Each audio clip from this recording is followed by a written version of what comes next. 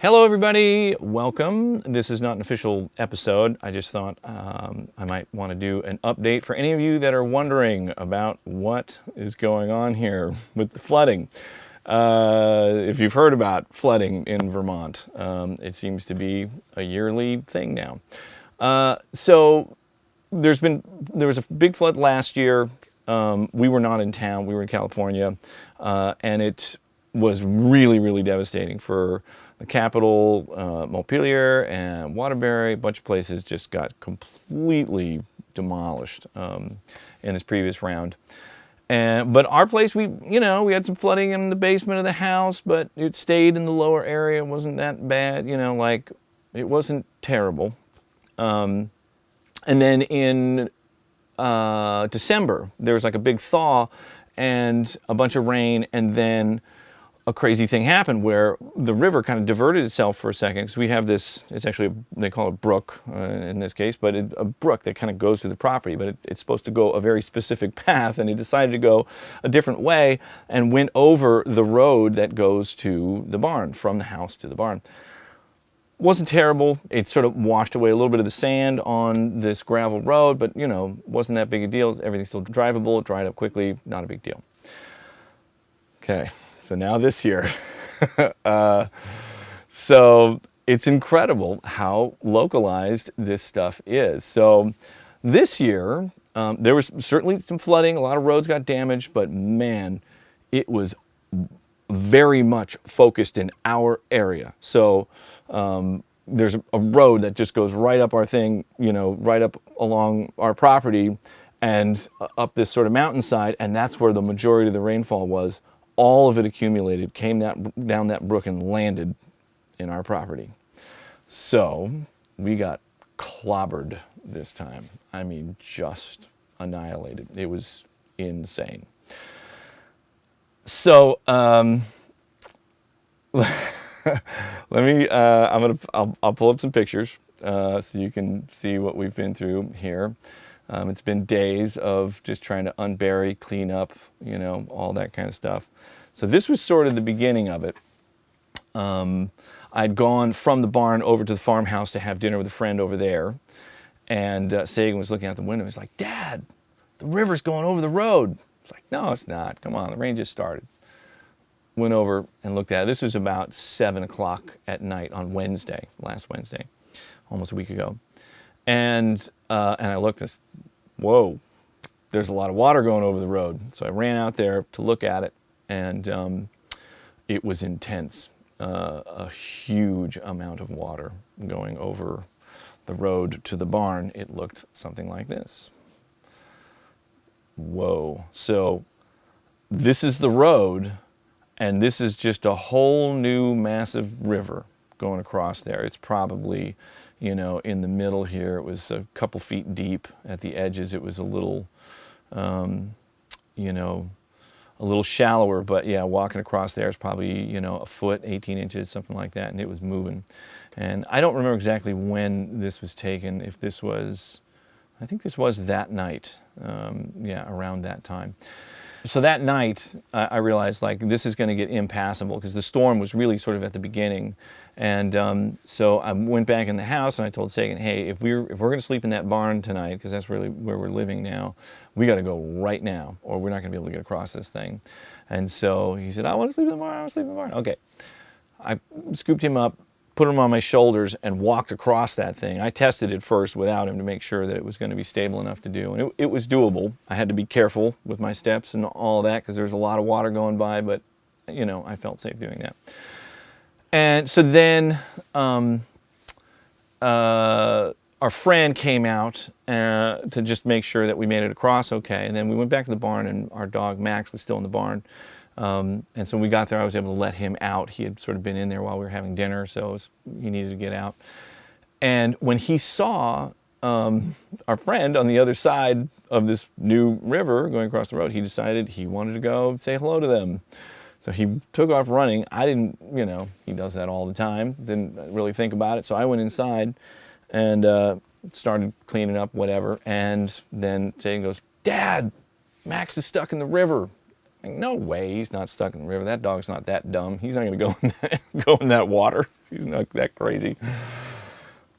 Dad, he's stuck in the river.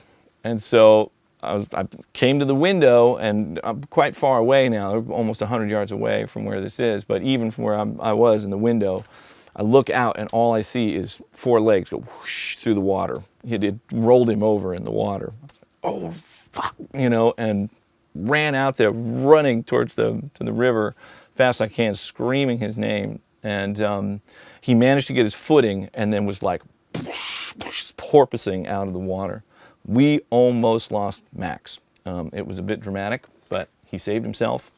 I could have never gotten to him in time. Even if I had, I don't know if I would have gone in there. It was pretty crazy at that point. But yeah, I mean, he was just right there. If the water had carried him any further and dropped him into the main brook, that it's over at that point. That was like whatever, level 5 suicide rapids. You're just not making it out. No way. So thank you. Whatever. We're happy Max is okay and still with us. But so let's take a look at some more of what happened here. So this is now the next day, and so I'm walking around just kind of filming where things are at. There's still a ton of water because the storm continued to about 3 a.m. in the morning. So check this out. And there's the bridge. This is new waterfall number 1. And there's the new river going right through our meadow. And all the trees that are strewn about. There's the waterfall number 2. And also, you can see where the water line is. So there's the water line, and you can see that where it went relative to the house. And the problem is that the water came up this high, and so it was above the foundation of the house, and water was just pouring into the basement in the sill between the concrete foundation wall and then the framing of the rest of the wall. So now it looks like most of this water has decided to come through here. It's coming down this way now. So we got ourselves a serious waterfall here. So that used to be all bushes. There you can see it. There's a fence that used to be there. All washed away. Everything. Our own little Niagara right into the creek. This has gone down a lot from where it was last night. And then the water got so high from the brook that it traveled right over this crest here and was flowing directly into the pond. And there's 2 little stakes. Those stakes normally hold that little dock that I made, and the pond level was so high that it lifted the little dock right off of the stakes, and then it floated over here somehow.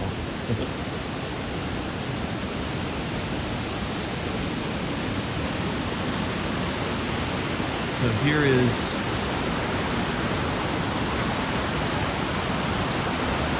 river entry point number 3.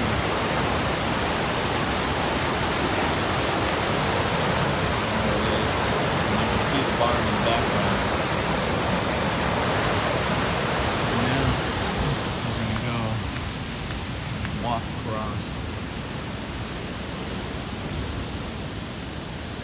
across the new river running through our meadow. So water was just pouring into the basement. We have pumps in the basement that we're trying to keep up, and certainly helped with the amount of flooding that happened down there. But this was the first time.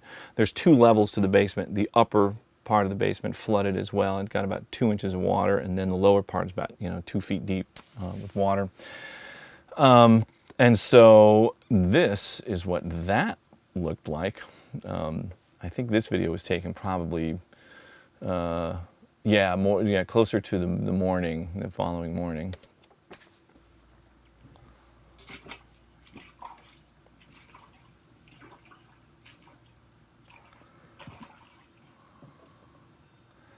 And you can see on the wall where it's wet. That's where the water was pouring in.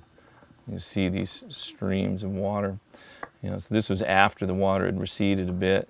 There it is again there, just water pouring right over the sill of the foundation.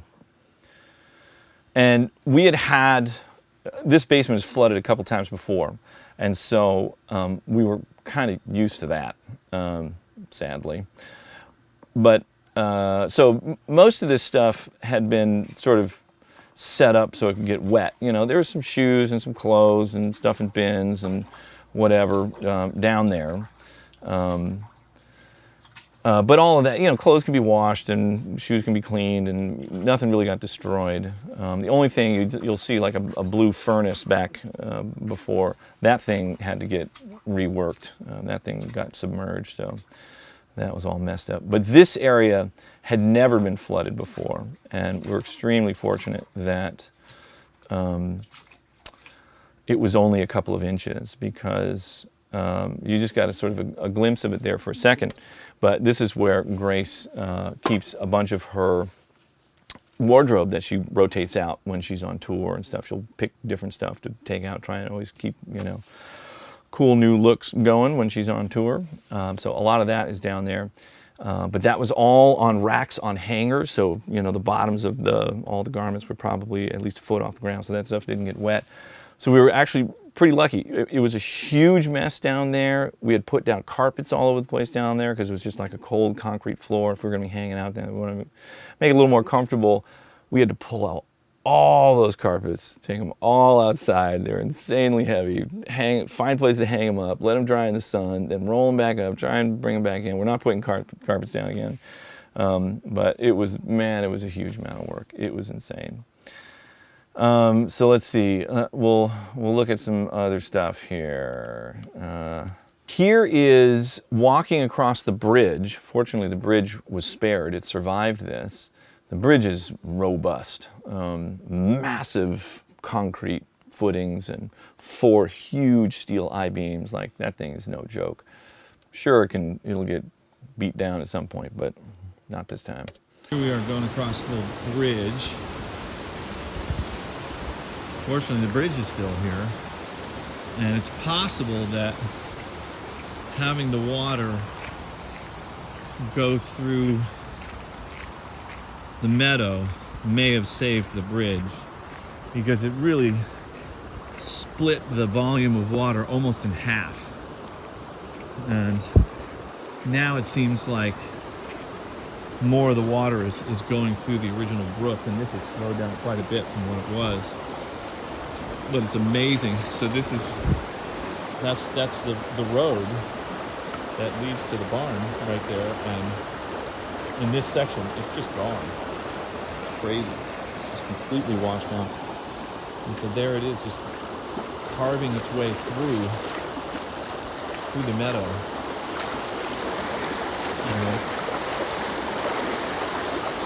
We almost lost our doggy in this bit here. So right now, it's not that deep. It's probably a little over a foot. It's not moving that crazy right now. It is starting to rain again, unfortunately.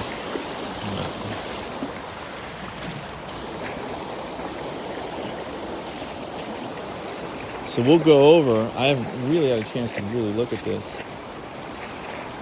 But this area over here, it's wild. Like, this is just a gravel road. And what happens is, when the water runs into it, it creates these eddy currents that literally just scoop it out. scoop all the material out. So in here, it's way deeper. It's like 2 or 3 feet, these giant, areas that have just been scooped out by the water. And over here, you can see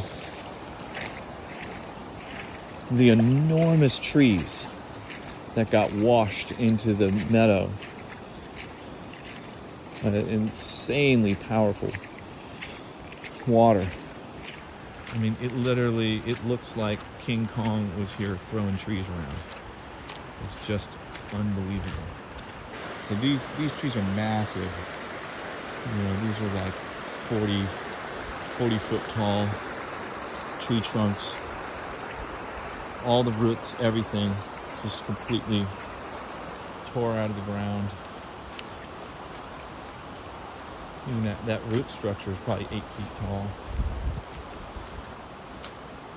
This tree here is massive. It's huge. Just tossed up on the meadow. And so we can see where the river jumped the bank. And then this cluster of trees here, it's insane how powerful this water is. Just piled up all these massive trees like toothpicks. This is where the riverbank used to be. You can see there's the original riverbank, and it used to go well, a lot of this washed away too, but yeah, it used to go right across here, and it just jumped over it and washed it all away. So we're going to have to rebuild all of this to try and keep this river to stay in its original path. I don't know how the hell you do that. This is a lot of material to put back. That is insane. I guess we'll find out. So that's what happened. Yeah, it was intense. And so since I filmed that little clip there, I've had some people come out and look at it. There's a person that works for the state. There's an agency that manages, how people deal with all the brooks and streams and rivers in Vermont. And they had an interesting approach for this, which makes a lot of sense. You can try and get a bunch of big, huge boulders to build up a bank, but you got to go find boulders or buy them or something. It's expensive. You got to haul them there, it's a big pain in the butt. But all of those huge trees that got thrown around that big field, the meadow, what I call the meadow, you can use those to build up a bank. And what they do is there's like the root ball at the end, and then there's the trunk that sticks back. And so what they do is they put the root ball where they want the new bank to be, and put all the trees there with the trunks extending back from the bank on the dry side, and they bury the trunks to try and lock everything in. And apparently it's a really stable way to do that. And so that's what we're going to do, because there's no shortage of trees for sure to place there. But man, moving all that stuff, and it's going to be a huge job. So fortunately, we have an amazing excavator that worked on the barn project and was involved in a bunch of that. And he's a friend and just a super wonderful person. Is always game to come and help. So, and he's got a bunch of big old machines, so he's going to come and help do this. And tomorrow, I think we're actually going to be able to get it so the road is drivable again. There is still water running over it, but it's slowed down enough at this point that I think tomorrow we'll be able to put a bunch of big, heavy aggregate in there to fill it in so you can drive over it. We can't really smooth it out yet because with the water running over it, it would just kind of wash it away. Part of the reason that we got the water flow to slow down is that at a certain point I just couldn't stand it anymore. I was like, I'm not going to just sit here and wait for something to happen. I got to do something about this. And so I decided I'm just going to go to where this breach is in the bank and start trying to pile up rocks and do anything I can to just slow down the flow of water so we can get to the business of restoring our road as soon as possible and be able to drive to the barn, because once we do that, then we can start focusing on fixing the bank. And so so we did that, and I have some footage of that. Everybody hanging out, working on the riverbank. So here's everybody grabbing rocks and trying to throw them in place. Vax, unfortunately, thinks it's all a game for him, so he's chasing every rock that you throw into place. But a bunch of amazing neighbors and friends came out to help and do this. So we had, I think, five people out there helping with this, and maybe 6 people. And it's amazing the difference that you could make when 6 people start throwing a bunch of rocks around, just in a couple hours. It's easy to underestimate how much of a difference you can make. Just get out there and do it. This is kind of what it looked like when it was closer to being done, and so there was sort of a lip edge. Ultimately, we have to restore a riverbank that's going to go way back here. But right now, it all got pushed back here, and there is a lip edge here that we could pile up some rocks on, and it just raised the level of the water here and created more resistance on this side. And then we were removing rocks over here where the natural path of the brook used to be. And it was incredible. It really shifted a huge amount of water from going, keeping it from going this way and putting it back going that way. It really made a very noticeable difference. So let's see what else we have here. Okay, yeah, there's everybody trying to look super strong and stuff. The pride of our little construction project there, our little dam building. Okay, so here's a little clip that shows what the driveway is looking like. Check this out. All right, Operation River Dam, the results. There it is. It is slowed way down. This is probably half the amount of water that was flowing over here just 2 hours ago. So I think it was worthwhile. We'll be that much quicker to actually getting the machinery out here and fixing this thing properly. So, little sweat. We'll do it. Look at that. Sweet. And sweat is right, because it was hot that day, probably mid to high 80s, and humid, and it was a hot, sticky day. But we really had a lot of fun. Just getting in the river, getting outside is good, feels good to do that. Really felt good to feel like I was actually doing something to help move this along. So now, this is the big question I'm sure everybody has that's watching this and has any interest in what's been going on this farm here in Vermont with me and all my crazy stuff.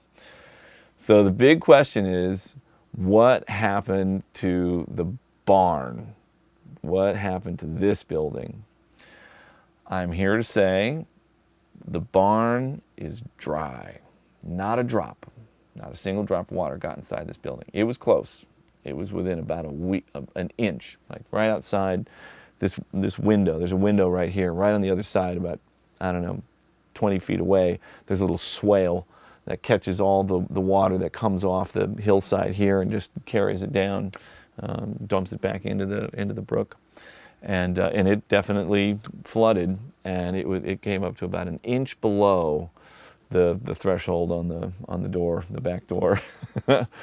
And if this building flooded, or if it ever floods, I don't think anybody would ever hear from me again. I think that would just be the result. That's how you'll know that that the barn studio flooded, is that I'm just going to disappear. So fortunately, that did not happen, and I'm definitely going to have my excavator buddy dig out this swale and make sure that thing is good to go for the next one, and really make sure that this building, stays dry, because that was important. So there it is, Vermont flood 2024, pretty intense. You know, some dramatic moments, definitely a lot of cleanup and, you know, stuff to deal with. But the only silver lining is that the barn did stay dry, and so I'm still able to be in here and keep trying to get this thing ready to go. You know, I was hoping to be able to make a cool announcement about all the plans with this place right about now, but it all got derailed, you know, last week with all this flood stuff. But I'm this close. I'm so close. And I am going to be making an announcement very soon about what's happening with this place, the whole making records thing, what's going to be happening with all this place, you know, with all this stuff, because it really is basically done now. So I'm very excited about that. And I will share all that with you as soon as I can. All right, awesome. Thanks for watching. Talk to you later.